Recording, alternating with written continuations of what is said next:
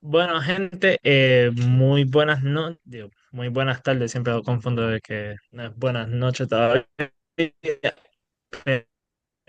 pero muy buenas tardes a nuestro último webinar de este semestre. Martínez Díaz, soy estudiante de maestría de filosofía y soy miembro del trabajo de la red graduada y tengo el honor de hostear este último webinar de este semestre y el webinar de hoy, que es de redacción de artículos publicables, ofrecido por el profesor Juan Luis Martínez Guzmán.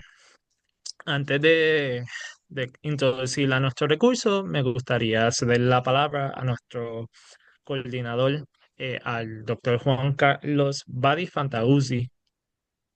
Buenas tardes a todos y a todas. Sí, le doy la bienvenida a este webinar. Este es el último del ciclo de webinars que ofrecimos durante este semestre, primer semestre. Sepan que el próximo semestre pues ya estamos preparando el ciclo, ¿verdad? Para ese segundo semestre. Estén pendientes a nuestros anuncios para que se unan y para que formen parte, ¿verdad? De esta experiencia. Quiero aprovechar la oportunidad para recordarles que estamos en el segundo piso de la Biblioteca Lázaro. Allí estamos de lunes a jueves, de 8 de la mañana a 9 de la noche, los viernes de 8 a 4 de la tarde y los sábados de 9 a 4 de la tarde. La red graduada cuenta con una serie de equipos para el préstamo de estudiantes graduados, como son computadoras, cámaras y algún otro equipo, ¿verdad?, que les sirve a ustedes para las entrevistas, para los grupos focales o para la investigación que estén realizando. También contamos con salas de multimedia y salas de estudio grupal o individual. Les esperamos allí en la sala de graduados. Contamos también con una terraza, la cual también puede llevar su merienda y pues comer allí también. Eh, y gracias por estar aquí. Así que me falta dar las gracias al recurso, al profesor Juan Luis Martínez, quien pues se ha unido a este ciclo, y también agradezco al moderador Emanuel Martínez por estar, ¿verdad?, moderando esta sección. Así que muchas gracias y buenas tardes. Muchas gracias por tus palabras, Juan Carlos. Ahora quisiera introducir a nuestro recurso al profesor Juan Luis Martínez Guzmán. Nuestro recurso es, o mejor dicho, trabajó en el centro, o trabaja en sus siglas, de la Facultad de Educación. Es editor de la Revista de Educación de Puerto Rico, una revista académica, electrónica, arbitrada, así como otras publicaciones digitales e impresas del CIE, y también ha colaborado con otras revistas de en las facultades de Ciencias Sociales y Humanidades. Y con, y con eso dicho, antes de comenzar, quisiera preguntarte, Juan Luis, si prefiere que al momento de la audiencia tener una duda, que lo haga en el momento o al final. ¿La podemos hacer al momento, si es posible? Pues entonces, si tiene una duda en confianza, levanta la mano y le voy a permitir que se puedan, para que puedan vocalizar su duda, o si quiere escribirlo por medio del chat, yo se lo leo al recurso. Y con nada más y nada menos, por favor, denle una cordial bienvenida al profesor Juan Luis Martínez Guzmán. Te cedo la palabra. Ok, pues empezamos entonces. La presentación va a estar dirigida a dar unas sugerencias generales para ayudarlos en la redacción de artículos de revistas académicas. Eh, el propósito de la charla, como dije, es introducir nada más el tema, porque esto obviamente cubre muchísimos tópicos. Y vamos a concentrarnos en la redacción de artículos específicamente partiendo de una investigación. Evidentemente, cada estudiante universitario, especialmente en el nivel graduado, tiene que terminar su trabajo estudiantil con una tesis o con una disertación que muchas veces pues se queda ahí, ¿verdad? Almacenada donde la subimos, donde la compartimos, pero quisiéramos nosotros que todos y todas se alienten a publicar esos trabajos, porque después de tanto tiempo, lo mejor es darlos a conocer. Así que vamos a hablar de los tipos de publicación que podemos hacer con ese contenido, pero específicamente con los artículos para las revistas académicas, cómo reorganizar esa información. Recuerden que tenemos una publicación de 100, 200 palabras y vamos a reducirla posiblemente a un trabajo de 20 páginas nada más y herramientas que nos pueden ayudar en ese proceso de redacción. ¿Ok? Y la primera pregunta que les hago, ¿por qué y para qué queremos publicar? ¿Hay alguien que quiera expresar alguna idea de por qué y para qué queremos publicar?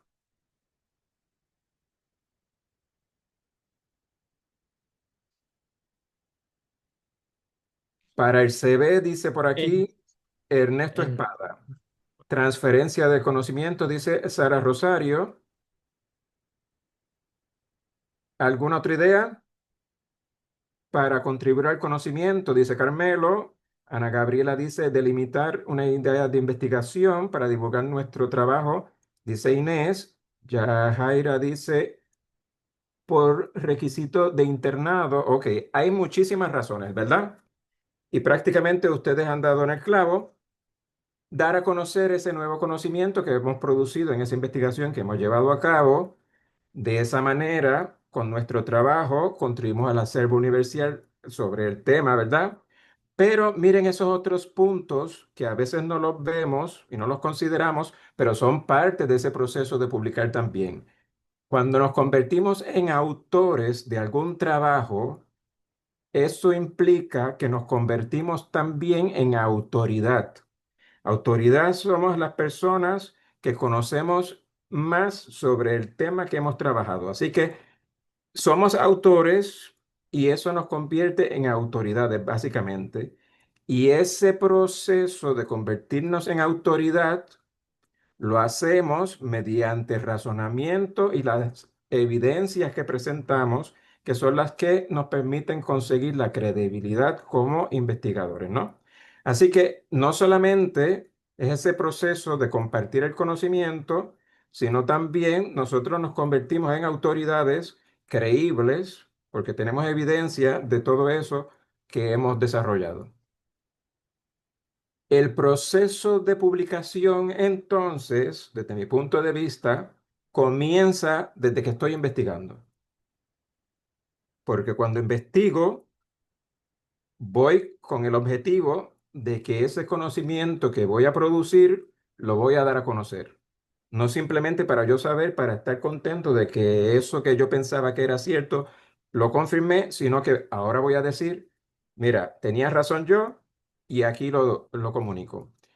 Luego del proceso de investigación y a veces a la par va el de redacción de ese escrito, que ese escrito puede ser un informe, un documento larguísimo o pueden ser artículos también. Cuando termine la redacción de ese trabajo, lo voy a publicar, ya sea, ¿verdad?, electrónicamente o de manera impresa. Y eso no termina con la publicación, porque una vez el trabajo está publicado, lo voy a dar a conocer, lo voy a divulgar. Y muchas veces, pues eso está en las redes profesionales, las redes sociales, se comunica a través de comunicados que se envían en las facultades, etcétera. Esto es nada más un recordatorio, esto ustedes todos lo conocen, de lo que es el proceso de una investigación, porque esto se va a ver reflejado en el producto final. Y en ese punto número 9, generalmente no necesariamente lo consideramos como parte del proceso de investigación, pero desde mi punto de vista, como les comuniqué, sí, tenemos que tener el compromiso desde el principio de dar a conocer esos resultados y la forma puede ser escrita, puede ser a través de presentaciones en congresos y de muchas otras formas. ¿Qué y cómo voy a publicar entonces? En esta presentación de hoy nos vamos a estar concentrando en la producción de ese artículo, pero también pueden ser ensayos cortos sobre temas específicos de esos que se desarrollé durante la investigación. Como les dije, también pueden ser presentaciones o ponencias que hacemos en los congresos o en reuniones profesionales. Y para las revistas académicas, que es el tema principal de la charla, tenemos que considerar si ese trabajo, ese escrito, va a ser para un público general, que son los trabajos que consideramos y catalogamos como de divulgación, si van a ser trabajos para nuestras organizaciones, ¿verdad? Cada profesión tiene su organización, muchas de ellas también tienen sus revistas y esos trabajos se consideran técnico-profesionales o ya lo más tradicional que son la publicación en revistas académicas, que son unos trabajos un poco más extensos. Es importante también considerar ese medio donde vamos a publicar el trabajo porque el medio impreso y el medio electrónico, cada uno de ellos tiene sus características, ¿no? Así que es importante saber ese medio por el cual yo voy a estar publicando mi trabajo. Es importante, y esto es un consejo, a veces esto se hace al final, y con esto me refiero es que a veces empezamos a escribir y luego consideramos dónde es que vamos a enviar ese trabajo, ¿no? Desde mi punto de vista, ayuda muchísimo que nosotros seleccionemos desde el principio o tengamos por lo menos una idea de dónde vamos a publicar, en qué revista, por ejemplo. El alcance de esa publicación y el factor de impacto, esos son aspectos importantes, pero cuando nosotros estamos empezando, no necesariamente lo vamos a considerar como algo crucial, porque nosotros, ¿verdad? Mientras vamos desarrollando ese conocimiento, queremos publicar eso y si nos podemos escoger un poquito, ¿verdad?, dónde nos publican o aspiramos que nos publiquen en esas revistas top, de lo que llamamos top, pues a veces vamos a pasar más trabajo, ¿no? Pero es importante seleccionar bien esas revistas, que sean unas revistas responsables. Si sabemos en qué revista o cuáles revistas pensamos enviar ese artículo, es importante también revisar esos requisitos y como tercer punto, el público que va a estar leyendo ese trabajo que nosotros vamos a publicar. Porque si es un público que ya conoce sobre el tema, que es de nuestra misma área, tal vez el trabajo puede ser un poco más conciso, pero si es un público que necesita que le expliquemos ciertos conceptos, pues ese trabajo tendrá otras características. Por lo regular, estos son los requisitos más generales que solicitan todas las revistas académicas. Cada una de ellas está definida por una temática, que son los trabajos que ellas reciben. Muchas veces nos dicen que el trabajo tiene que estar escrito en un idioma en específico, sea español o sea en inglés. El tipo de trabajo puede variar porque las revistas pueden recibir artículos, pueden recibir reseñas, pueden recibir presentaciones, documentos, informes. La extensión es importantísima. La mayoría de las revistas académicas, en promedio, piden trabajos que no excedan las 20 páginas. Es importante que prestemos atención a ese formato, cómo presentamos ese documento, los espacios entre las líneas, el tamaño de la letra, inclusive el tipo de letra, que estén numeradas, etcétera, etcétera. No cumplir con alguno de esos requisitos, por más sencillo que sea, puede significar que nos devuelvan el trabajo. Así que vamos a evitar eso desde el principio. El estilo de redacción, eso depende. Emanuel. Sí, te quería resaltar, Beatriz Núñez Vegas Sí. escribió una pregunta en el chat y dice así: si yo elaboré un documento como producto de una investigación para una tarea de una clase, pero esta sostiene papers y en síntesis propia, ¿puedo yo publicar ese trabajo? ¿Debería enviarlo a algún ente que lo revise?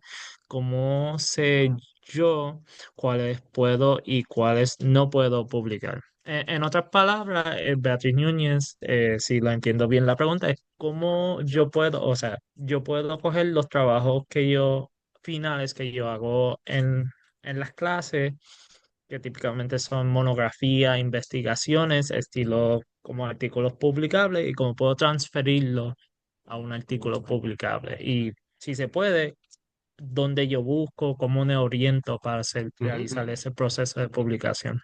Ok, pues Beatriz, pendiente a la presentación porque justamente todas esas preguntas se supone que tengan contestación durante esta presentación. Pero sí, un paper que desarrollamos para una clase podría ser un buen artículo para publicación. Así que seguimos por aquí con los requisitos generales. El estilo de redacción, es importante seleccionar eso, sea MLA, APA o Chicago, o el que sea, ¿verdad?, propio para su profesión.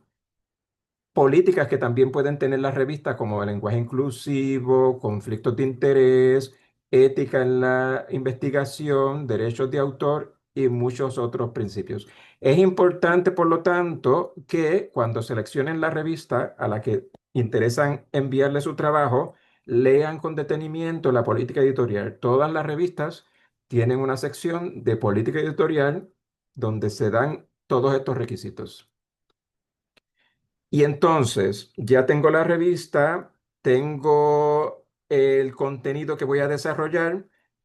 ¿Qué tipo de artículo entonces es el que quiero publicar? Y eso puede variar muchísimo, ¿verdad? Dependiendo de nuestra investigación, cómo la trabajamos y cuáles son todas esas características importantes del trabajo que destacan nuestro trabajo. Por lo regular, lo primero que hacemos es pensar en un artículo empírico y eso es un trabajo, un artículo de investigación, lo que llamamos un artículo de investigación. Ese artículo de investigación está basado en las preguntas de investigación y si, por ejemplo, mi interés es desarrollar un artículo de una tesis o una disertación, que es un trabajo bien voluminoso, cada tema que desarrollé en esa investigación podría dar pie a un artículo distinto. O si selecciono alguno de esos temas en específico, que es el que me interesa divulgar, entonces voy a eliminar todos esos temas secundarios que no necesito o que no son necesarios para probar esa pregunta de investigación que voy a desarrollar, ¿ok? No porque tenga un trabajo de 200 páginas, eso no quiere decir que puedo sacar de él 3, 4 artículos. Eso depende muchísimo, ¿verdad?, de esas preguntas de investigación y lo que yo quiero resaltar. Las variables estudiadas podrían también darme una idea específica de qué temas puedo desarrollar. Puedo combinar variables y desarrollar así diferentes discusiones. Inclusive podría hasta considerar temas que no necesariamente desarrollé en la investigación principal. Así que todo depende. Tienen que analizar ese contenido, ese trabajo, decidir cuáles temas son los que necesitan o quieren destacar y concentrarse en un solo tema. El otro tipo de artículo que pudiéramos sacar de esa investigación son artículos de revisión de literatura. En el primer caso, en el empírico, me voy a concentrar en los resultados que yo obtuve de mi investigación, pero en este artículo de revisión de literatura, lo que voy a hacer es definir ese problema que voy a investigar o que investigué y hacer esa comparación de trabajos existentes con mi trabajo en particular. Ese es el estado de la cuestión, ¿verdad? ¿Qué tienen en común? ¿En qué se diferencian? Si hay contradicciones o inconsistencia. ¿Qué falta por hacer? Es básicamente mi contribución. Lo importante es que en esos resúmenes que voy a estar presentando y en ese análisis del estado de la cuestión, haya un análisis crítico de eso que estoy explicando, ¿ok?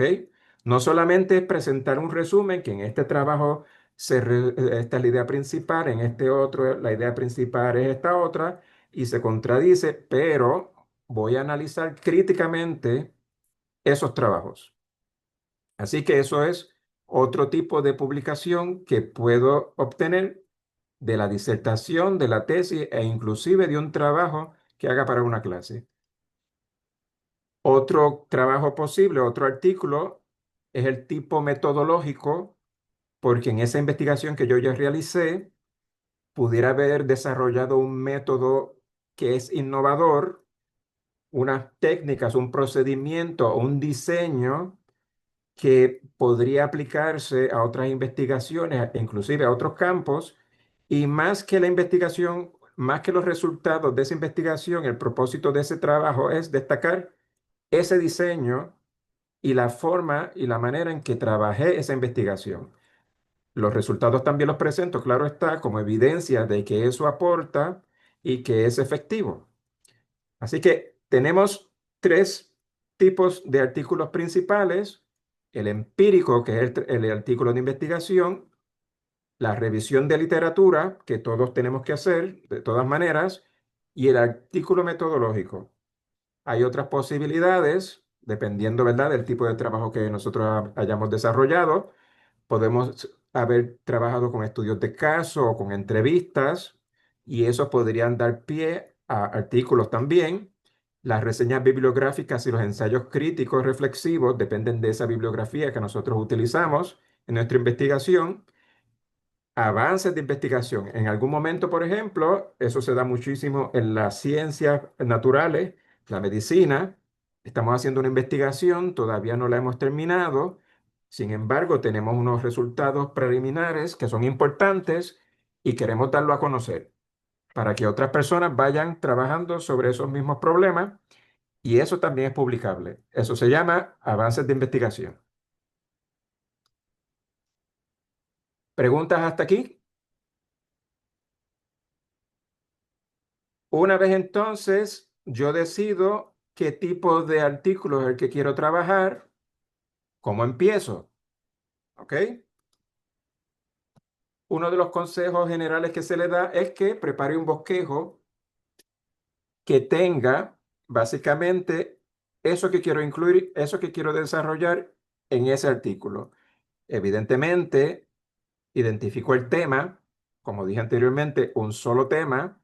Si tengo más de un tema, pues el segundo tema sería base para un segundo artículo.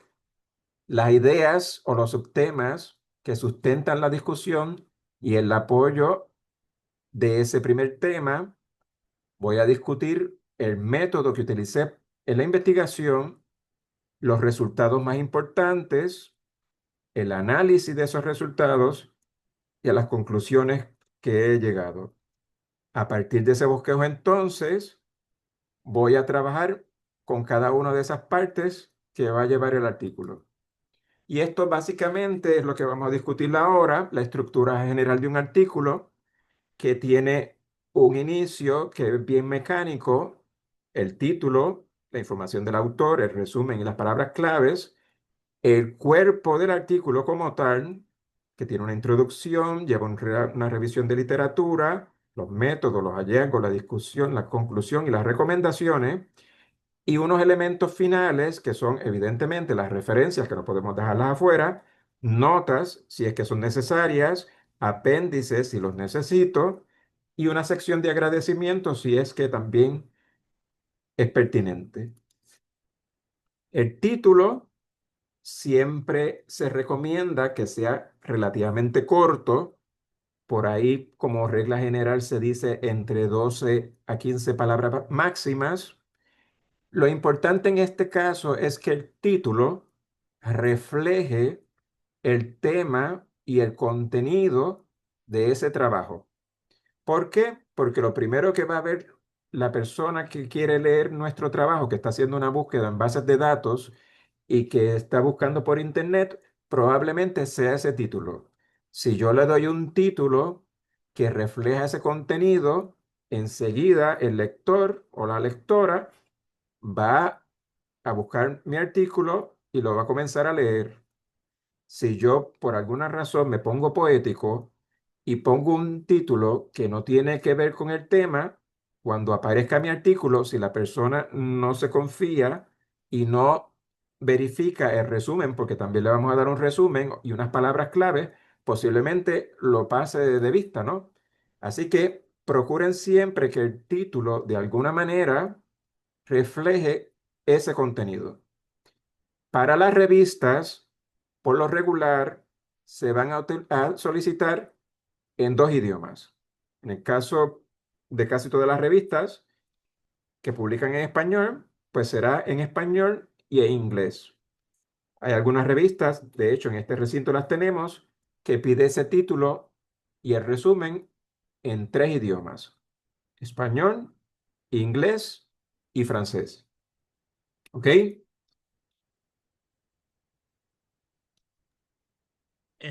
Ajá, Emanuel. Juan Luis, Ernesto Espada pregunta por el chat, ¿qué término en inglés se utiliza para avances de investigación? Pues mira, ahora mismo se me escapa el término, pero sí existe un término, más adelante si me acuerdo, pues lo menciono.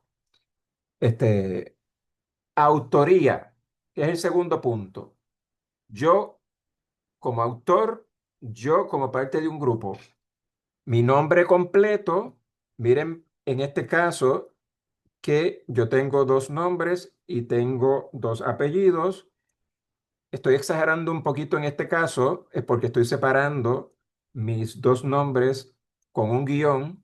Es más común hacerlo con los apellidos, pero la idea es que mi nombre quede claro, no solamente para los países que utilizan un estilo como el nuestro, ¿verdad? En español generalmente todo mundo de habla hispana entiende muy bien que tenemos dos apellidos.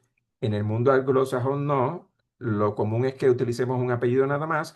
Así que para que se entienda que Martínez y Guzmán son dos apellidos, pudiéramos unirlo con un guión, que eso se hace con muchísima frecuencia hoy en día. Siempre es importante que si nosotros estamos publicando un trabajo que se deriva de algo, sea una tesis, un trabajo de una clase, una disertación, esa afiliación institucional la incluyamos. El departamento al que pertenezco, en la facultad, la universidad y el recinto, porque eso conlleva y lleva detrás de sí un prestigio que nosotros cargamos con él también. No es lo mismo, ¿verdad? Un artículo que publica Juan del Pueblo, que lo hizo desde su casa, a un artículo que también a lo mejor lo hizo Juan del Pueblo, pero Juan del Pueblo lo hizo desde la Universidad de Puerto Rico, recinto de Río Piedras, la facultad que sea. Y también es importante, por ese prestigio de lo que estamos hablando, que esa información de contacto sea la institucional. Nuevamente, no es lo mismo yo recibir un trabajo que viene del correo electrónico de la UPR que un trabajo que viene desde Gmail, porque es el correo que yo más uso. Así que siempre piensen que el prestigio de la universidad los va a estar acompañando en todo momento. A mano derecha tenemos arriba un servicio que yo espero que ya conozcan, que se llama ORCID. ORCID es una red para investigadores, es muy útil, especialmente para mantener el currículo, el CV, que ya alguien lo mencionó al principio. Si no lo tienen, les recomiendo que se registren porque ese servicio, muchas revistas lo están solicitando porque automáticamente que uno publica en una de estas revistas, se comunica a la revista, la plataforma que utiliza la revista se comunica con esta plataforma directamente y tan pronto ese trabajo se publica, se comienza a divulgar a través de su red. El otro recuadro dice autoría, un solo autor, un grupo de autores o colaboradores.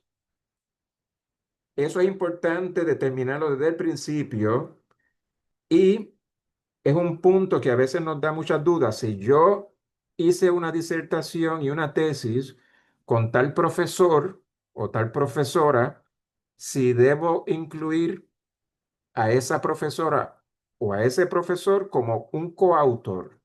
O sea, que no solamente me presente yo como autor o autora de ese artículo, sino que también incluya a mi directora o el director de tesis.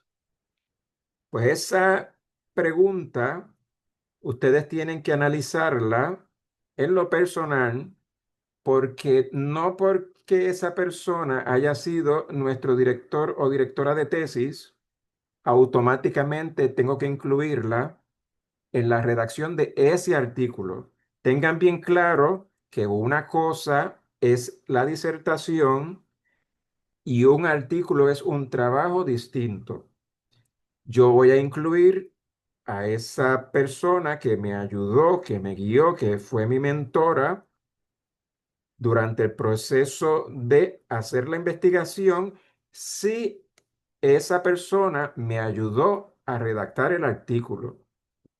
Si esa persona en este punto no me ayudó en la redacción del artículo, no necesita incluirse como coautor o como coautora. Tal vez yo estoy súper agradecido, súper agradecida de esa colaboración y le voy a dar un reconocimiento al final del trabajo en una sección de agradecimientos.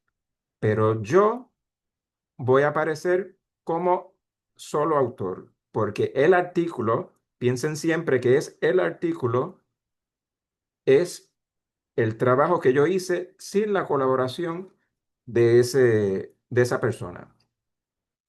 Esto es importante que lo tengan claro, ¿eh? Porque a veces no es necesariamente que pase en esta institución, que conste, pero algunas veces nuestros directores y directoras de tesis nos exigen o nos dicen que deberíamos incluirlo como autores cuando preparamos un artículo.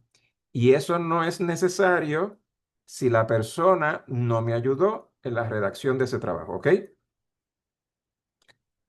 Número 3, el resumen. El resumen debe tener de 150 palabras a 200 palabras, mayormente eso nada más. Y a veces pensamos que es difícil resumir 200 páginas en 150 palabras, pero sepan que no, es bastante fácil. Esos 5 puntos que están presentados aquí es básicamente lo que necesito decir en ese resumen. Primero, el tema y el objetivo que persigo con el artículo, no con la disertación, sino con el artículo.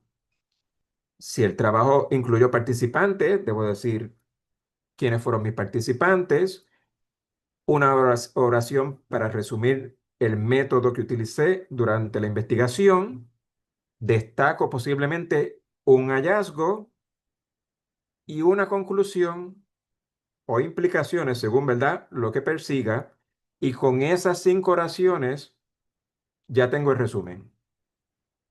Es importante en ese punto, y lo voy a volver a repetir cuando hablemos de la introducción, el resumen no es necesariamente el primer párrafo de la introducción.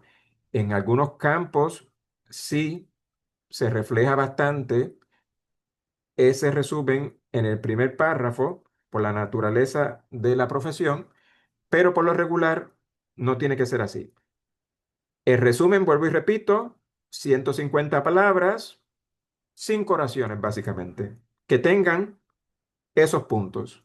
El resumen también tiene que estar en 2 idiomas, inglés y español, si ese es el caso. En el siguiente slide les voy a presentar, no vamos a leerlo, esto es un resumen. Cada color básicamente está identificando esas 5 oraciones que les mencioné, y este ejemplo, que es de un artículo que sale de la disertación de una estudiante doctoral, tiene 147 palabras y básicamente tiene los puntos que necesita destacar. 5 oraciones.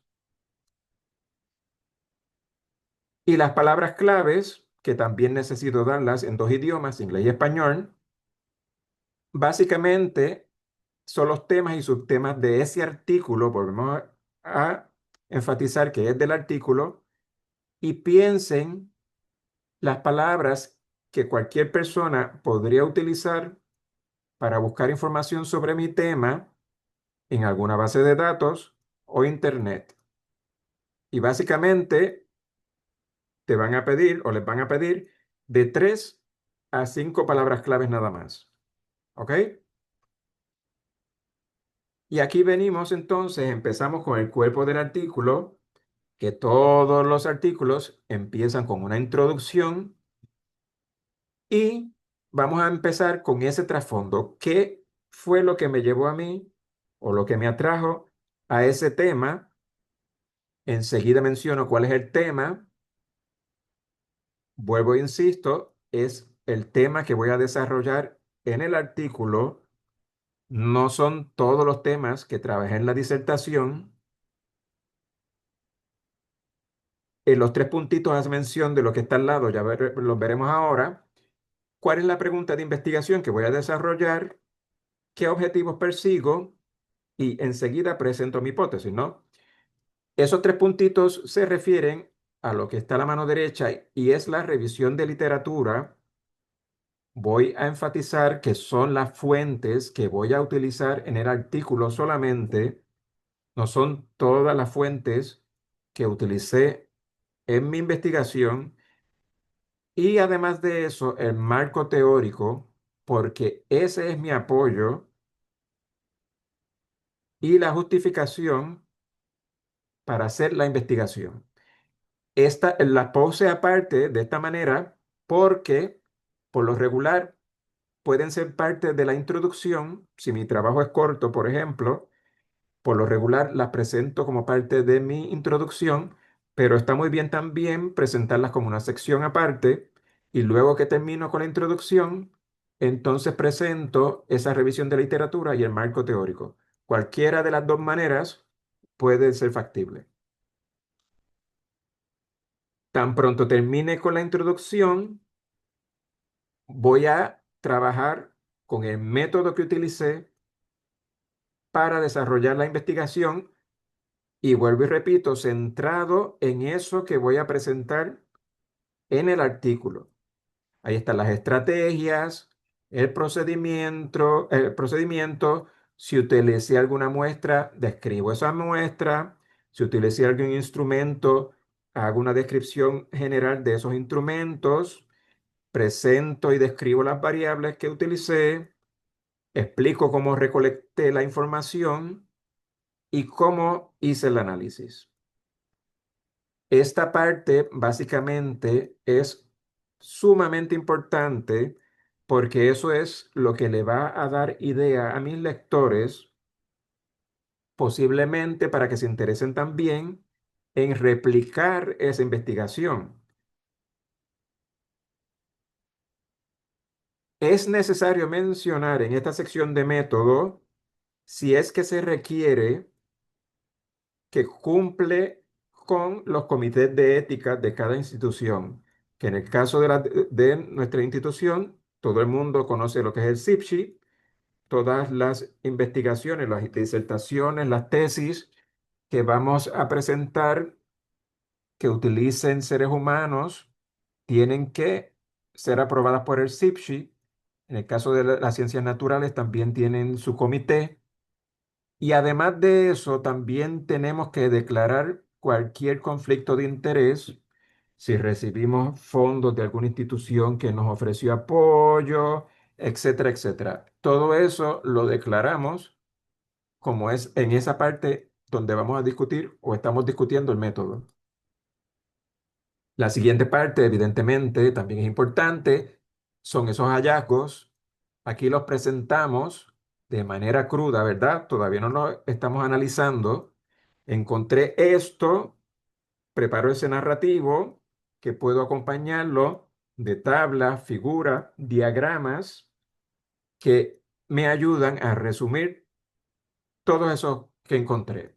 Es importante que comprendan que esos elementos gráficos, las tablas, las figuras y los diagramas, no los voy a poner ahí como meros adornos. También tengo que añadir alguna explicación en ese narrativo de qué representan y qué tipo de información es la que estoy resumiendo en esas tablas, en esas figuras y en esos diagramas, ¿verdad? Y esta parte, la de discusión, es la más importante de todas porque esta es su aportación como investigador o como investigadora. Ese análisis que hago de lo que encontré. Y para el artículo, volvemos otra vez, va a tomar en cuenta esa pregunta de investigación y esos objetivos que incluí en la introducción. La discusión no va a incluir temas que pude haber desarrollado en mi investigación, pero no son pertinentes para ese artículo que estoy desarrollando. Eso se echa a un lado y solamente me voy a concentrar en la pregunta de investigación y los objetivos que mencioné en la introducción. Luego tengo las conclusiones. Logré comprobar lo que quería. Volvemos otra vez en el artículo. Encontré lo que esperaba. ¿Qué implicaciones tiene eso que estoy presentando? Las limitaciones que pueda tener e inclusive ideas futuras, ¿verdad? Para investigaciones futuras. Aquí en las conclusiones, a veces con frecuencia presentamos como un resumen, ¿verdad? De eso que dijimos en la conclusión. Lo podemos hacer, no hay ningún problema, pero eso no es una conclusión como tal. Aquí voy a desarrollar un poquito más esas ideas y lo importante es que esas conclusiones se desprendan de esos hallazgos que destaqué en el artículo y del análisis que presenté en la discusión. Si por alguna razón las conclusiones no se desprenden de esos hallazgos o de esa discusión, hay un error y más vale que revise ese trabajo para que esas conclusiones puedan desprenderse y puedan entenderse de ese texto que estoy presentando.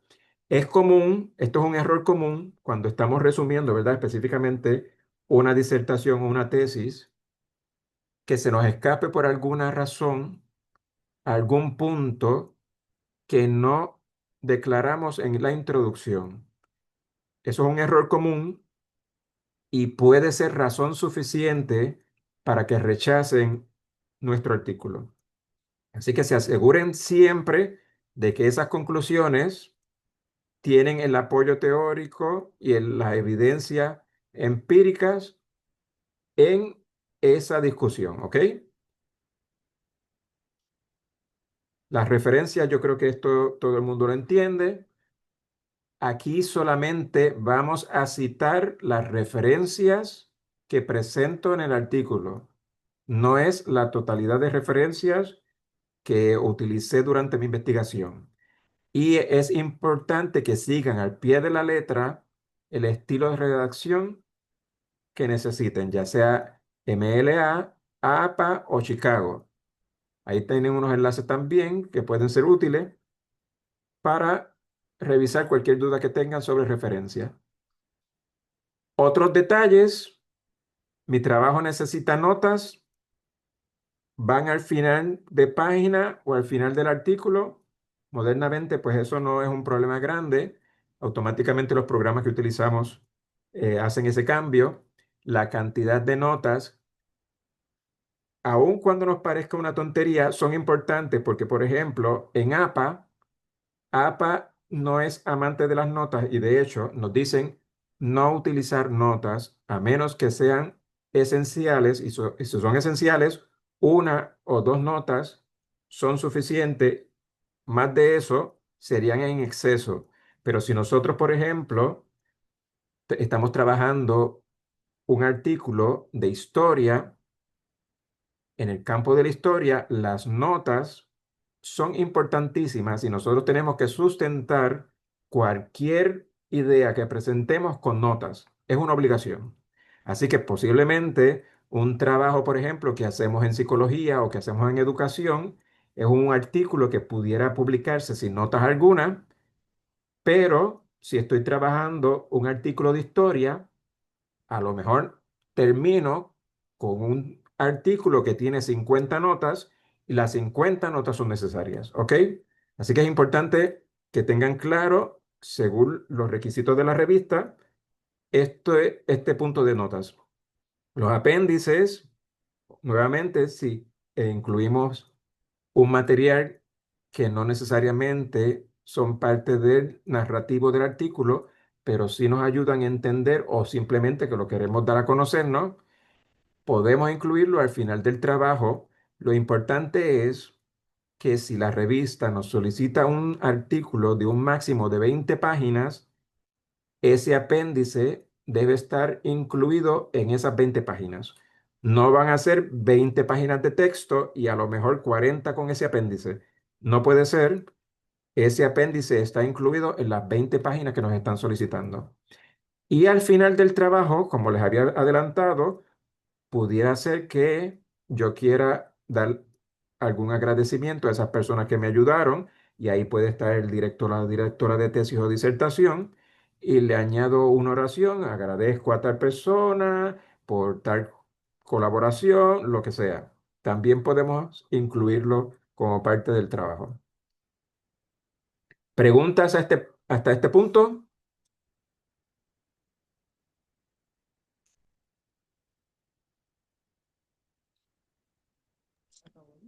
Por... ok. Ernesto Espada Ajá, ha ofrecido una pregunta. ¿Alguna sugerencia para publicar en revistas no arbitradas ajá, profesionales o jornal? ok, Profesional, sí, jornal. sí. Pues mira, Ernesto, esa consideración tienes que analizarla tú. Si tú, por alguna razón, estás relacionado con una institución académica, como una universidad, por ejemplo, los trabajos que te van a contar para ese ascenso que a lo mejor vas a tener en el futuro son esos trabajos que publicaste en revistas arbitradas. En un trabajo de una revista arbitrada, antes de enviar, de publicar el artículo, ese artículo va a ser enviado a expertos en el área para que revisen tu escrito, para ver si tiene algunos errores, para ver si se puede mejorar. Y esa revisión por pares, que es lo que hace que una publicación, una revista sea arbitrada, es importantísima dentro de la academia. ¿Ok? Para la academia, un trabajo que no ha sido publicado en una revista arbitrada no tiene el mismo valor que un trabajo que sí ha sido publicado en una revista arbitrada, ¿ok? Así que depende de ti. Mi consejo sería siempre tratar de publicar en revistas arbitradas, y luego que publiquemos el trabajo en esa revista arbitrada, a lo mejor preparar un segundo artículo para una revista no arbitrada, ya sea profesional o de divulgación. No lo hagan nunca en sentido contrario, o sea, publicar primero en una revista o en una publicación, la que sea, no arbitrada, para después enviarlo a una revista arbitrada, porque es un rechazo automático. Aun cuando nosotros pongamos o publiquemos el artículo, un trabajo corto en nuestras redes, por ejemplo, yo tengo una página de internet, tengo un blog, publiqué el trabajo para una revista académica arbitrada, ya eso cuenta como que su trabajo fue publicado. Y entre los requisitos de las revistas académicas es que el trabajo sea original, o sea, que nunca se haya publicado en algún otro lado anterior a la publicación de la revista, ¿ok? Así que primero, siempre publiquemos en revistas arbitradas, y tal vez luego en las revistas no arbitradas. Las revistas arbitradas no necesariamente tienen tantos requisitos como las revistas académicas, ¿ok? Prioridad siempre, revista arbitrada. Y vuelvo y digo, cuando nosotros estamos dentro de la academia o estamos tratando de verdad de buscar una plaza en alguna universidad, las publicaciones arbitradas son muchísimo más importantes, nos dan más puntos que esas revistas no arbitradas, ¿ok?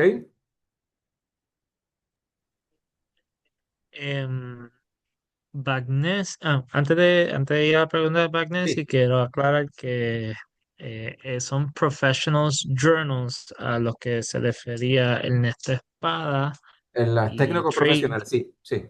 Muchas de las revistas técnico profesionales también son arbitradas, ¿eh? Las revistas académicas no son las únicas que son arbitradas. Ah, y ahora Baghesi, Carrasquillo pregunta, ¿en este taller está contemplado ofrecer estrategias de búsqueda para identificar revistas según temas de investigación?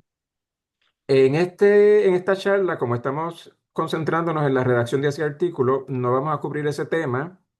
Sin embargo, el 5 de diciembre nosotros vamos a estar ofreciendo un taller que sí va a estar contemplando ese tema en específico. Así que si quieren, pues les paso la información más después a la red graduada para que se la comparta con ustedes. Va a ser en línea también, así que y va a ser con la doctora Snejanka Penkova, que es buenísima en ese tema. El tema o sea, publicar un artículo tiene muchísimos subtemas. Una hora y media pues no da para cubrirlo todo, pero sí son preguntas importantes. No, en verdad, pásanos esa información porque sería Sí, de sí, gran sí. beneficio. Claro que sí. Y es un taller que nosotros damos prácticamente todos los semestres y en realidad pues es muy útil. Además de ese tema de cómo identificar la revista o dónde puedo publicar, también ella atiende con más, ¿verdad?, precisión cómo divido ese material para poder aprovecharlo y sacar más de un artículo posiblemente. Así que eso es importante. Vamos a pasar entonces. Ajá, dime. Bagnesi hace un follow-up question, una pregunta de seguimiento diciendo Sí. algún enlace con el que podíamos iniciar la algún enlace con el que podamos iniciar la búsqueda curiosa. La búsqueda curiosa de esa revista que me interesa publicar. Sí, me imagino que va en esa línea. Ok, pues las bases de datos. Las bases de Básicamente. datos, la Tindex, Redalic. Esas bases de datos son importantes porque no solamente me presenta una lista de publicaciones en las que puedo enviar mis trabajos, esas bases de datos evalúan las revistas. Las revistas que se presentan en esas bases de datos no es simplemente porque existen. En esas bases de datos se incluyen las revistas que cumplen con una serie de requisitos de calidad editorial y así que por lo menos me garantizo que la selección de una revista incluida en estas bases de datos es una revista que tiene prestigio y que es responsable, ¿verdad? Porque por ahí hay muchísimas revistas que son medio, digamos, no muy prestigiosas, para no decir otra cosa, y pues tienen unas prácticas un poquito nebulosas, no muy claras. Hay algunas que lo que están buscando es beneficio para la revista más que para los autores, así que eso es importante. Siempre comiencen por las bases de datos, ¿ok? Pero si participan en el taller que les estoy mencionando, pues Pencova va a dar muchísimos más datos sobre eso. Ok, y última pregunta Ujú, para ujú. continuar. Ernesto Espada quiere saber o sea, si sugieres que se publique en trade journals o en professional journals, ¿cuál de las dos uno debería priorizar en la búsqueda de publicación en artículos? Bueno, depende del interés de la persona, vuelvo a mencionar. Lo importante, nuevamente, si es una revista arbitrada, mucho mejor. Ese sería más bien el requisito, que sea una revista arbitrada. ¿Ok? Pues seguimos por aquí. Ya tengo mi artículo, o por lo menos las ideas principales. A lo mejor tengo también, ya sé dónde voy a publicarlo y Ahora voy a revisar lo que escribí. Y estos puntos que están aquí, que los oímos con frecuencia, claridad, precisión y concisión, se dicen muchísimo porque son importantísimos. La claridad se refiere a que ese texto esté bien escrito, que se entienda, que la exposición tenga y siga un orden lógico, ¿verdad? No que tenga una idea suelta, que todo guarde coherencia. La precisión tiene que ver con que ese escrito tenga una sola interpretación y esto es importantísimo porque si por alguna razón yo no estoy escribiendo de manera clara y precisa, alguna persona puede entender algo totalmente distinto a lo que yo quería comunicar y ya con eso fracasé. ¿Ok? Así que la claridad, la precisión son importantísimas y la concisión es que siempre, siempre, siempre vaya al grano. Yo no necesito estar adornando mucho el escrito para llenar una cantidad de páginas. Lo importante es que vaya al grano en todo momento y que esté todo de manera clara y precisa, ¿ok? Los tres puntos son importantísimos. En la redacción, o sea, desde el momento en que empiezo a escribir, a lo mejor para que no se me escapen las ideas, empiezo a escribir sin tener en consideración muchos puntos, pero los diccionarios son nuestras mejores ayudas al momento de redactar. Tengo una duda con alguna palabra, la verifico en el diccionario. ¿Es apropiada esta para mi campo profesional? Hay diccionarios profesionales. Que estoy repitiendo mucho una palabra y quiero sustituirla con un sinónimo. Verifico algún diccionario de sinónimos. Ahí hay algunos de estos que presento aquí en la referencia que son buenísimos. En algunos momentos, por ejemplo, utilizo una palabra y digo, ¿esta palabra es de uso general o es una palabra que conocen acá en Puerto Rico nada más? Verifico en el Tesoro Lexicográfico de Puerto Rico. Todas estas herramientas que están aquí son diccionarios y vuelvo y repito, son la mejor herramienta que puedo tener a mi lado al momento de comenzar a redactar el artículo. Estas son en español, las que presento aquí en este otro slide son en inglés, son buenísimas también. Y Spelling and Grammar, como le llamamos todos, estas son herramientas que también están en línea, son disponibles gratuitamente. Evidentemente, si estamos utilizando un procesador de palabras como Word, por ejemplo, Word tiene todas estas herramientas disponibles también, así que eso puede ser de muchísima ayuda. Terminé de escribir, voy a revisar mi escrito.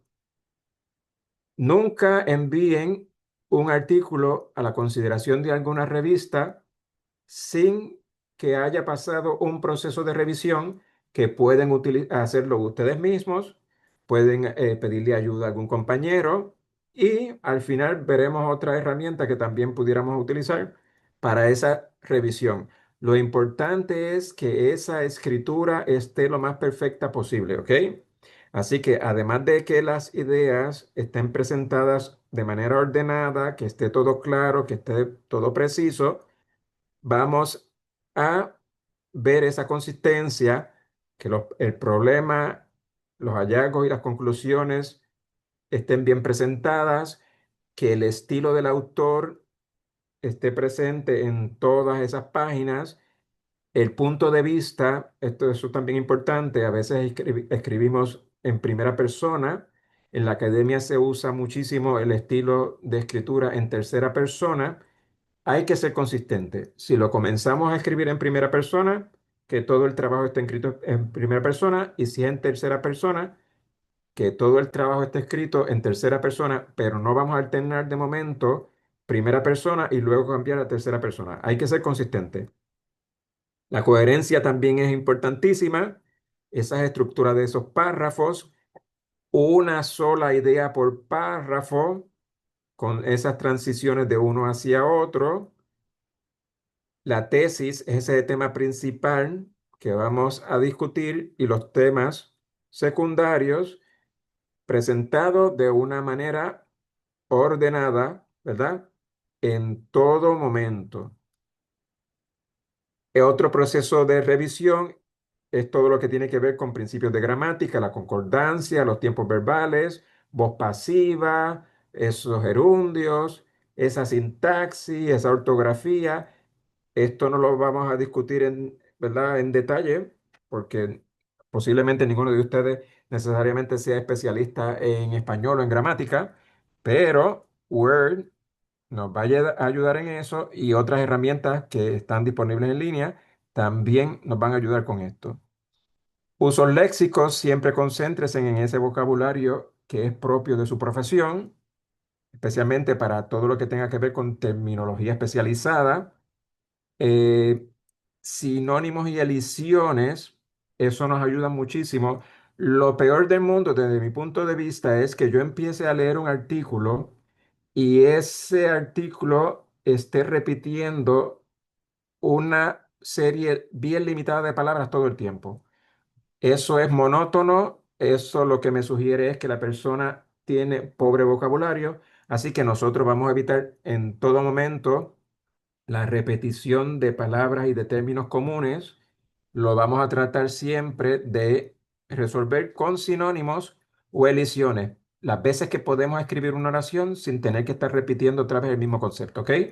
Y es importante también que en esa revisión consideremos el formato de ese escrito, especialmente según los requisitos de la revista, ¿ok? Que las notas aparezcan donde deben estar, que las citas directas e indirectas estén bien presentadas. Si tenemos texto traducido, pues que se haga debidamente. Y en este punto número 4, que lo único que dice es esto que está aquí, es importantísimo. Nunca, nunca y nunca confíen en Word o cualquier otro editor de texto, porque en estos tiempos en que vivimos, estos editores de texto están tratando de pensar en todo momento por nosotros y en Puerto Rico, por ejemplo, que nosotros usamos tantas palabras en inglés y en español, si usted no se fija bien y tiene cuidado, usted empezó a escribir una oración en español, incluyó una palabra en inglés y muchas veces sucede que Word piensa que el texto que continúa a partir de esa palabra va a ir en inglés y nos comienza a cambiar automáticamente el vocabulario según cree que van las palabras en inglés. Y terminamos con una cosa que no sabemos ni cómo llamarla. Es un Frankenstein, literalmente. Así que nunca, nunca, nunca confíen en Word y en ningún procesador de palabras porque eso sucede con frecuencia, que nos cambia el idioma que estamos utilizando para redactar el artículo, ¿ok? Siempre al final revisen esas líneas coloraditas que nos pone a veces Word para ver si en algún punto nos cambió de idioma y comenzó a cambiarnos las palabras, ¿ok? Y esta pregunta que tengo aquí, ¿qué ustedes piensan de esto? ¿Puedo utilizar herramientas de inteligencia artificial para preparar mi artículo? Fíjense que les digo preparar y no solamente redactar. ¿Qué ustedes me dirían?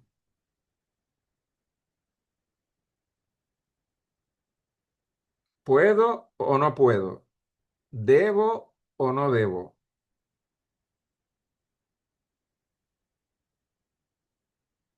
¿Alguno de ustedes ya las ha utilizado y no se quiere confesar? Pues mire, para hacer el bosquejo, dice Ernesto, muy bien. La podemos o no podemos utilizar, en realidad depende de cada revista. Las revistas hoy en día, además de su política editorial tradicional, en muchos casos están añadiendo políticas editoriales que tienen que ver precisamente con el uso de herramientas de inteligencia artificial y nos sugieren si podemos usarlas o no en la redacción de nuestros trabajos. Por lo regular, sí están permitidas para hacer esa revisión del trabajo. Volvemos otra vez, nosotros no necesariamente somos expertos en lengua, a lo mejor se nos escapan muchas cosas y aquellos puntos que yo le acabo de presentar sobre la revisión de la gramática, de la ortografía, eso está muy bien y por lo regular se permite que esa revisión del artículo lo pueda hacer con alguna herramienta de inteligencia artificial. Ustedes deciden, ¿verdad? La que más prefieran.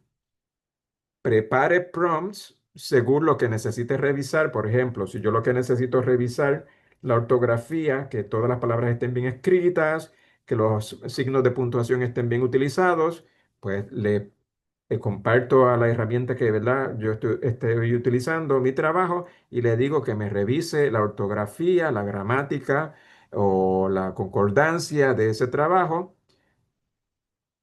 y al final, la herramienta que sea me va a dar una serie de recomendaciones, ¿verdad? Que voy a entonces yo a revisar y determinar si esas recomendaciones me convienen o no. Nunca se confíen de estas herramientas, cometen muchos errores. Para evitar los errores, ¿verdad? Tenemos que aprender a hacer prompts que sean bien precisos porque si no, la cantidad de errores puede ser bastante alta. De hecho, todas estas herramientas últimamente siempre ponen una nota al final de que pueden contener errores. ¿Ok? Así que podemos utilizarlas para hacer esa revisión del texto como si fuera, ¿verdad?, el apoyo que tenemos de alguna otra persona, pero es importante y muchas revistas que permiten el uso de herramientas de inteligencia artificial nos los van a pedir que cuando sometamos el trabajo declaremos qué herramienta he usado, qué le pedí a esa herramienta y qué yo hice con esas sugerencias. Nunca las acepte como tal y que se queden tal y como salieron de esa herramienta porque nuevamente, cuando la revista reciba nuestro trabajo, pudiera pasar ese contenido a través de alguna herramienta, porque es común, es un procedimiento común, alguna herramienta para detectar plagio y hoy en día otro paso que están haciendo todas es la detección del uso de herramientas de inteligencia artificial en la redacción de esos trabajos, ¿ok? Así que sea honesto desde el principio, si utilizó alguna herramienta de estas en un proceso, el que sea, y estoy hablando únicamente de la redacción del artículo, no en la investigación, hay que declararlo. Los consejos para esto, seleccione la herramienta que le dé mejor resultado a usted. Cada uno, ¿verdad?, tiene su método de trabajo, está familiarizado con usar alguna de ellas, no voy a mencionar ninguna por nombre, pero lo importante es que esos resultados sean precisos y apropiados y usted tiene que encargarse de esa revisión personalmente. No, nunca utilice lo que sale automáticamente de la máquina, siempre revíselo. A veces, ¿verdad? Tenemos dudas de cómo presentar algún contenido en una oración porque, ¿verdad? Nos parece bien, pero nos suena un poquito raro, está un poco confusa y le pedimos a la aplicación, mira, verifícame esta oración. Con eso no hay problema. Pero usted siempre verifique ese resultado. Recomendación general también, utilice herramientas que no utilice, valga la redundancia, sus datos para entrenar la inteligencia artificial. Eso es importante también. No todas nos avisan o nos dan la opción para no utilizar esos datos en el entrenamiento de esa herramienta, ¿ok? Tome muy en serio los aspectos éticos, tanto suyos como de las herramientas.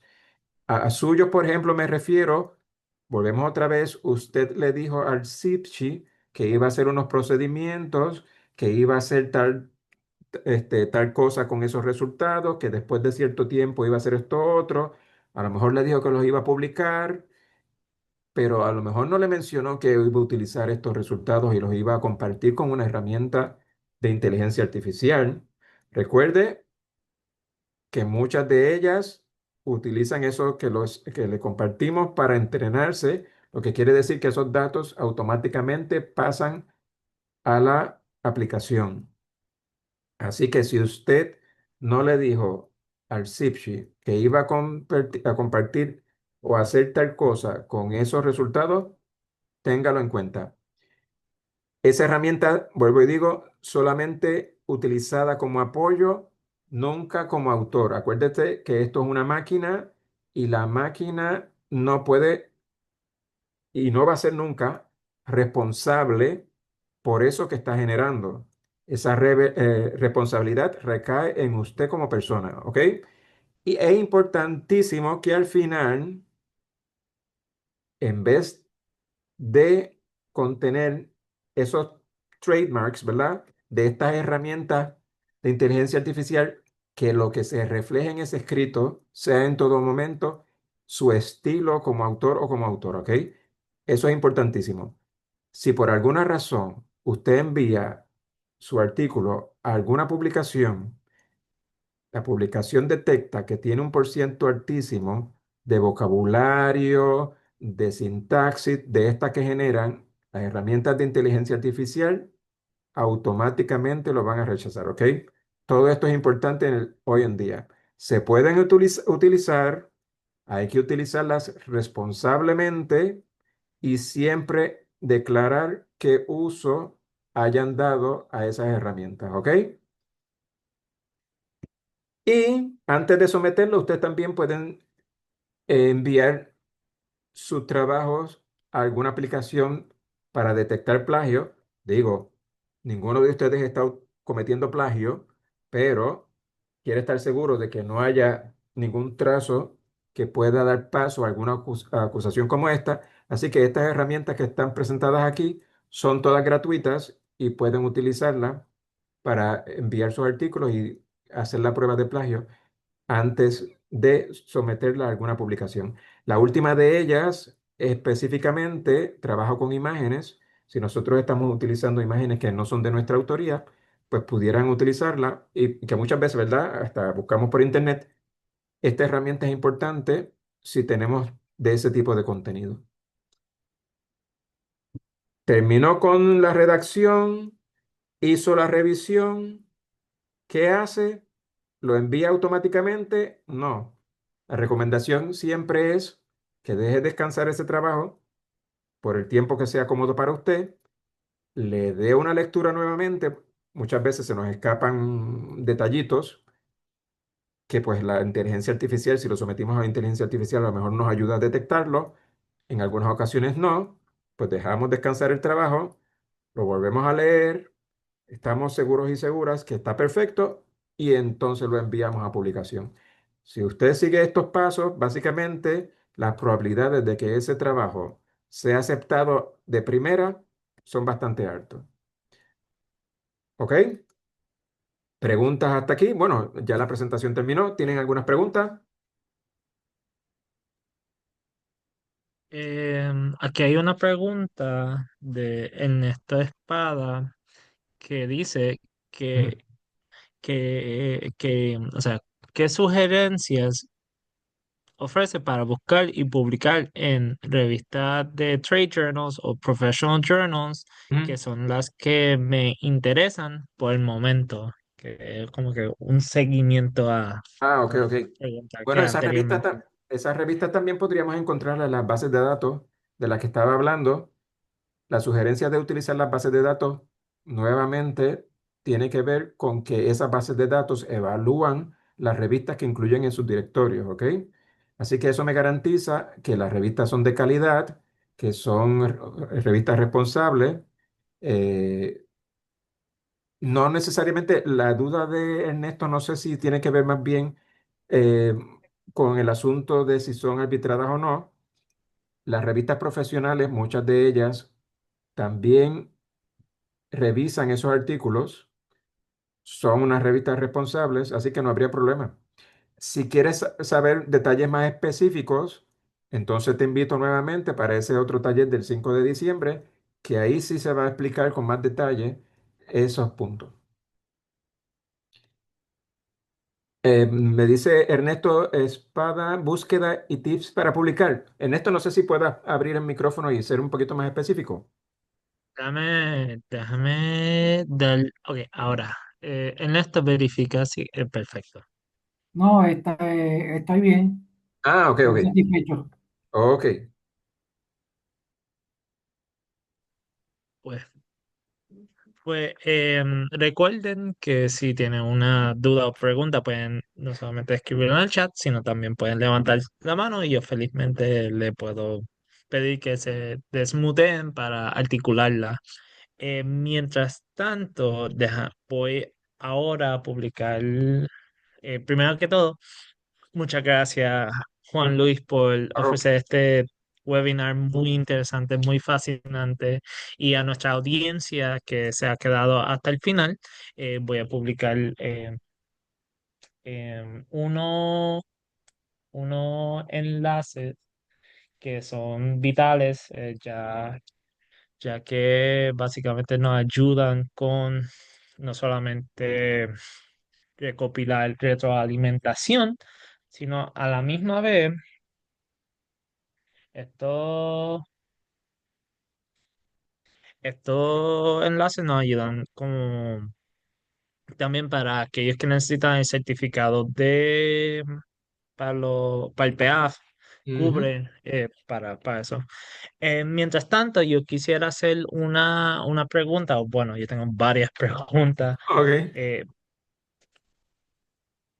primero que todo, ¿acaso el proceso de redacción de los artículos, acaso como uno tiene que tener una limitación, uno como que al momento de hacer la redacción del artículo, utilizar referencias que tienen que cumplir con los estándares investigativos que nos dicen que no tienen que pasar más de 5 años, Ujú, porque ujú, si no, no cuenta como relevante, porque ujú. no sé si las revistas toman eso en consideración al momento de evaluar Sí, eso tu puede ser un artículo. criterio importante. Recuerden que las revistas lo que tratan de publicar son trabajos de vanguardia que están al día y prefieren por lo regular esos comentarios que le dicen también a todos los estudiantes en las clases, que las referencias tengan no menos, no más de 5 años, también son válidas para la revista, pero volvemos otra vez, eso depende de la profesión, ¿verdad?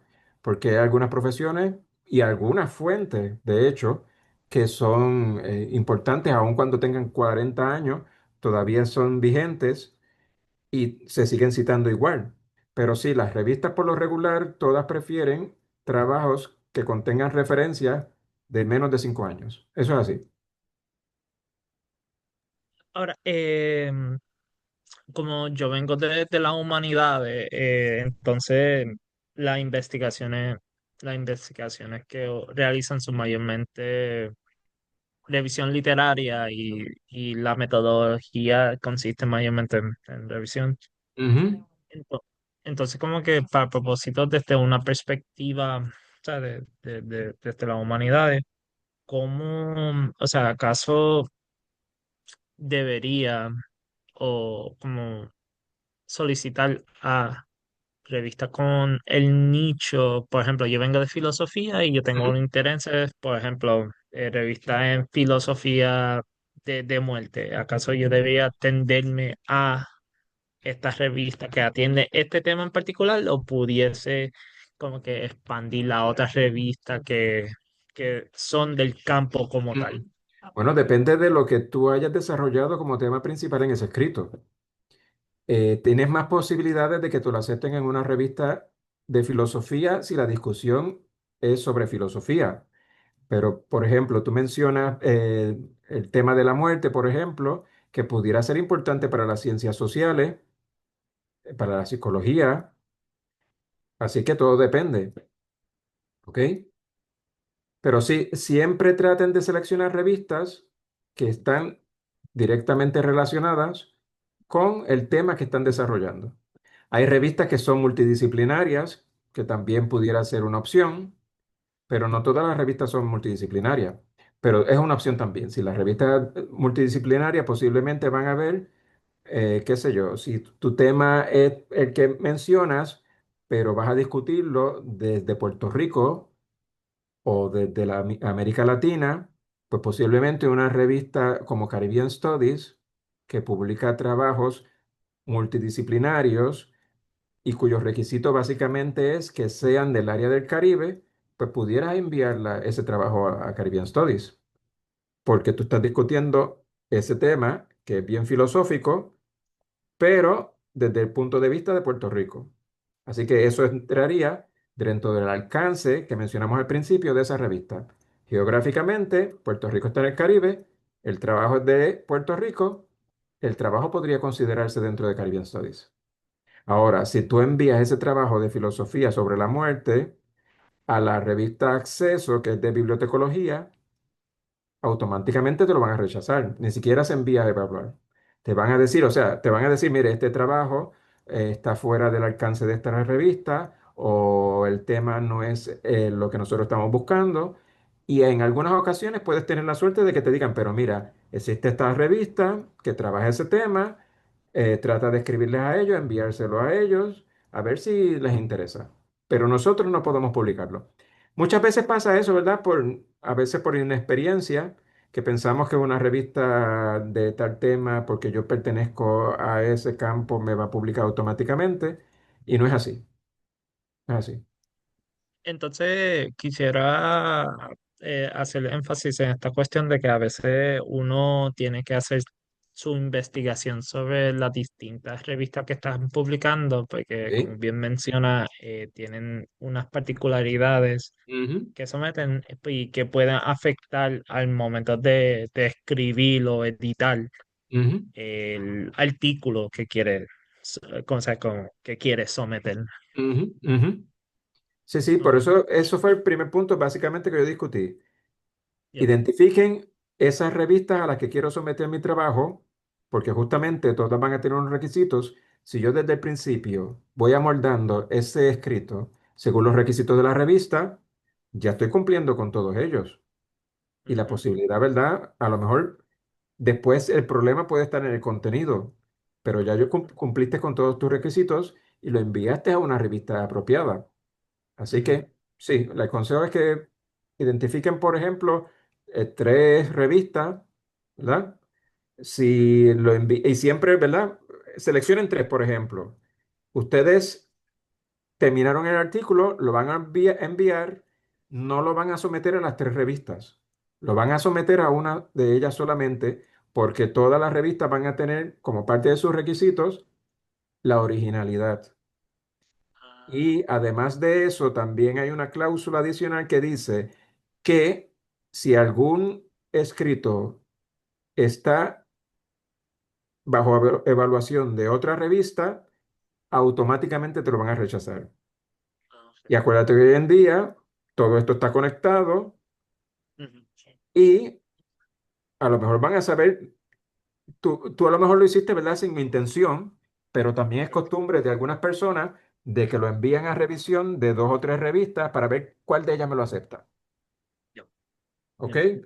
Pero puede ocurrir que las tres se den cuenta que están evaluando el trabajo, un mismo trabajo. Lo que va a pasar es que Ujú. las tres revistas te rechacen el trabajo. Ni Ok. siquiera una de ellas se va a quedar con el trabajo. Las tres te lo van a rechazar. Mm, ¿Ok? Eso es importante, ujú, sí. Pero sí, tú puedes enviarlo a una de ellas. Por ejemplo, la revista lo revisó, tal vez no lo aceptó, pero ya tú tienes una segunda opción disponible. A esa segunda se lo puedes enviar una vez el proceso de revisión en la primera terminó. Y a lo mejor te beneficias un poco porque cuando te rechacen el trabajo, si es que te lo rechazan, ¿verdad? Te van a decir las razones por las que la estás rechazando. Y entonces tú tienes la oportunidad de arreglar eso y cuando lo envíes a la segunda revista, ya tienes eso cubierto y la posibilidad de que esa revista te acepte el trabajo son más altas. En algunos casos, las revistas no te rechazan un trabajo siempre, o sea, sin posibilidad de que vuelvas a resometerlo. Cuando son cambios que no son conceptuales, vamos a decir, que no son errores críticos de metodología, lo que sea, la revista a lo mejor te dice, mira, te lo estoy rechazando en este momento, arréglalo y me lo envías otra vez. Eso es otra posibilidad. Pero si la revista no te da esa posibilidad, pues entonces tú se lo envías a esa segunda revista y las posibilidades de que te lo acepte son más altas. Y si ocurre que esa otra también te lo rechaza, por las razones que sean, y no necesariamente que conste, el rechazo se debe a tu trabajo, sino porque tienen alguna objeción en términos de la cantidad de páginas, que podría ser el caso, porque si la revista te está pidiendo 15 y tú enviaste un trabajo de 20, eso es razón suficiente para que te lo rechacen. Si esa también te lo rechaza, pues se los envía a la tercera red. Y así sigues intentando. Generalmente no tiene, estos procesos son más cortos de lo que uno piensa. Cuando uno está empezando, es bastante normal que ese primer envío pues nos lo rechacen, ¿verdad? Porque no tenemos mucha experiencia y pues entonces ajustamos el trabajo y la segunda revista sí nos lo va a aceptar. Pero lo que no podemos hacer nunca es enviarlo a consideración de más de una revista a la misma vez. Eso es mortal.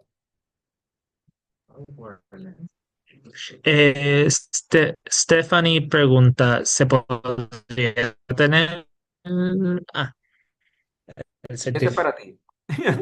en el chat? Sí, ya está en el chat.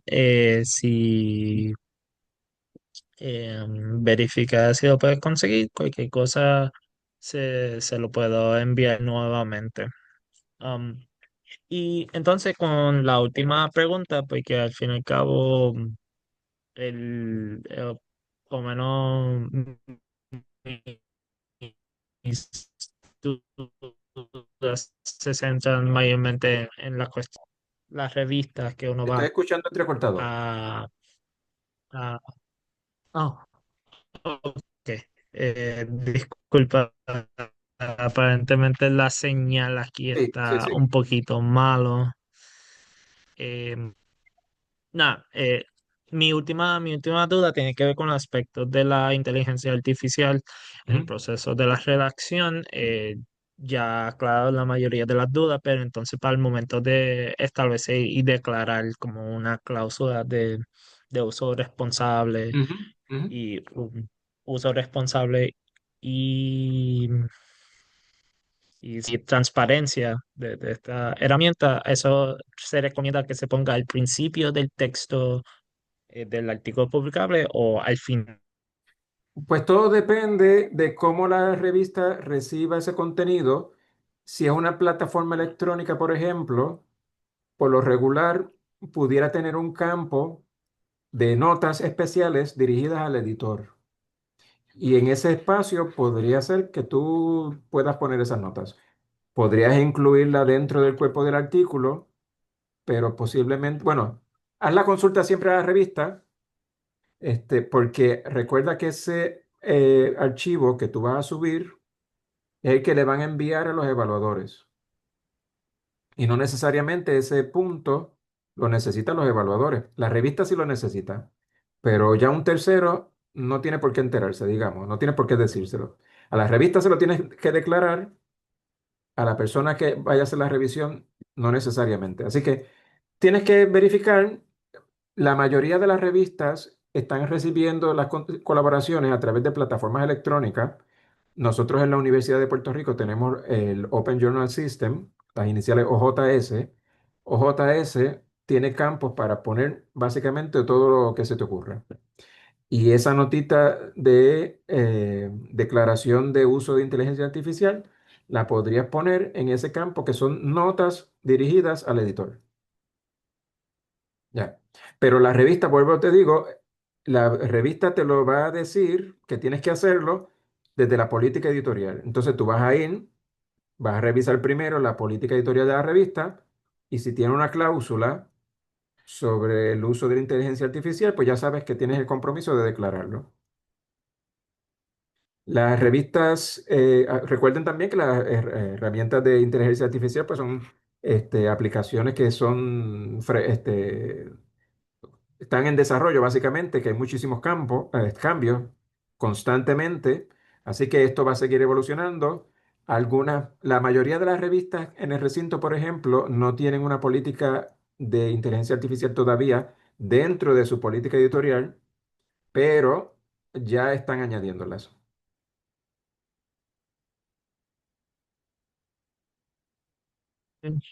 Am, na- Pregunta rápida, ¿Ah? ¿acaso si uno le entrega el artículo que uno escribió a un tercero para que sea como un editor, ¿Mm? eso se le atribuye como un coautor o un No, colaborador? eso es un agradecimiento si tú lo quieres añadir. Ah, No ok, es coautor, no es coautor. Coautor ok, es la persona que, por ejemplo, te ayudó a hacer el análisis, te ayudó a hacer la revisión de literatura, estuvo en la redacción, o sea, que también tiene un contenido dentro de ese trabajo. Esa persona es la coautora.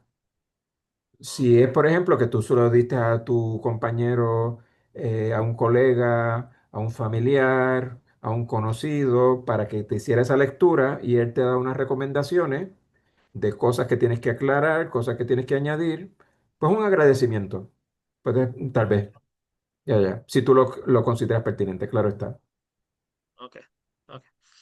Pues con eso, Juan Luis, ya no le voy a quitar de su tiempo. No sé si alguien más en la audiencia, en toda confianza, quisiera hacer una pregunta, pero nuevamente, Juan Luis, muchas gracias por su Claro, disposición de ofrecer y su tiempo de ofrecer este webinar muy interesante, muy nutritivo y claramente muy útil para la población estudiantil que tiene ánimo en, claro o que sí. sea, Y entrar a este mundo.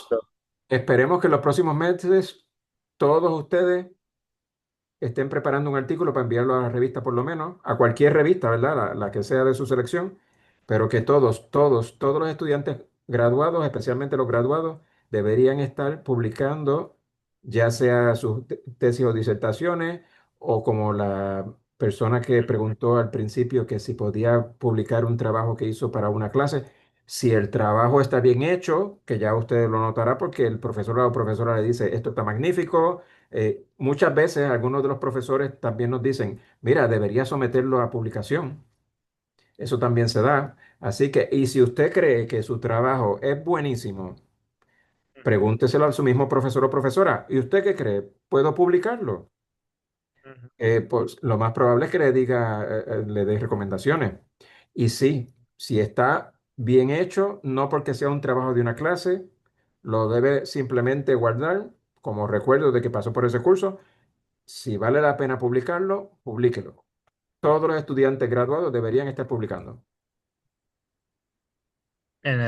No, definitivamente. Y nada, le quiero dar las gracias a todo el mundo que se queda aquí y escuchar esta sesión de preguntas y respuestas, pero sobre todo por venir a los webinars que hemos ofrecido a lo largo del semestre.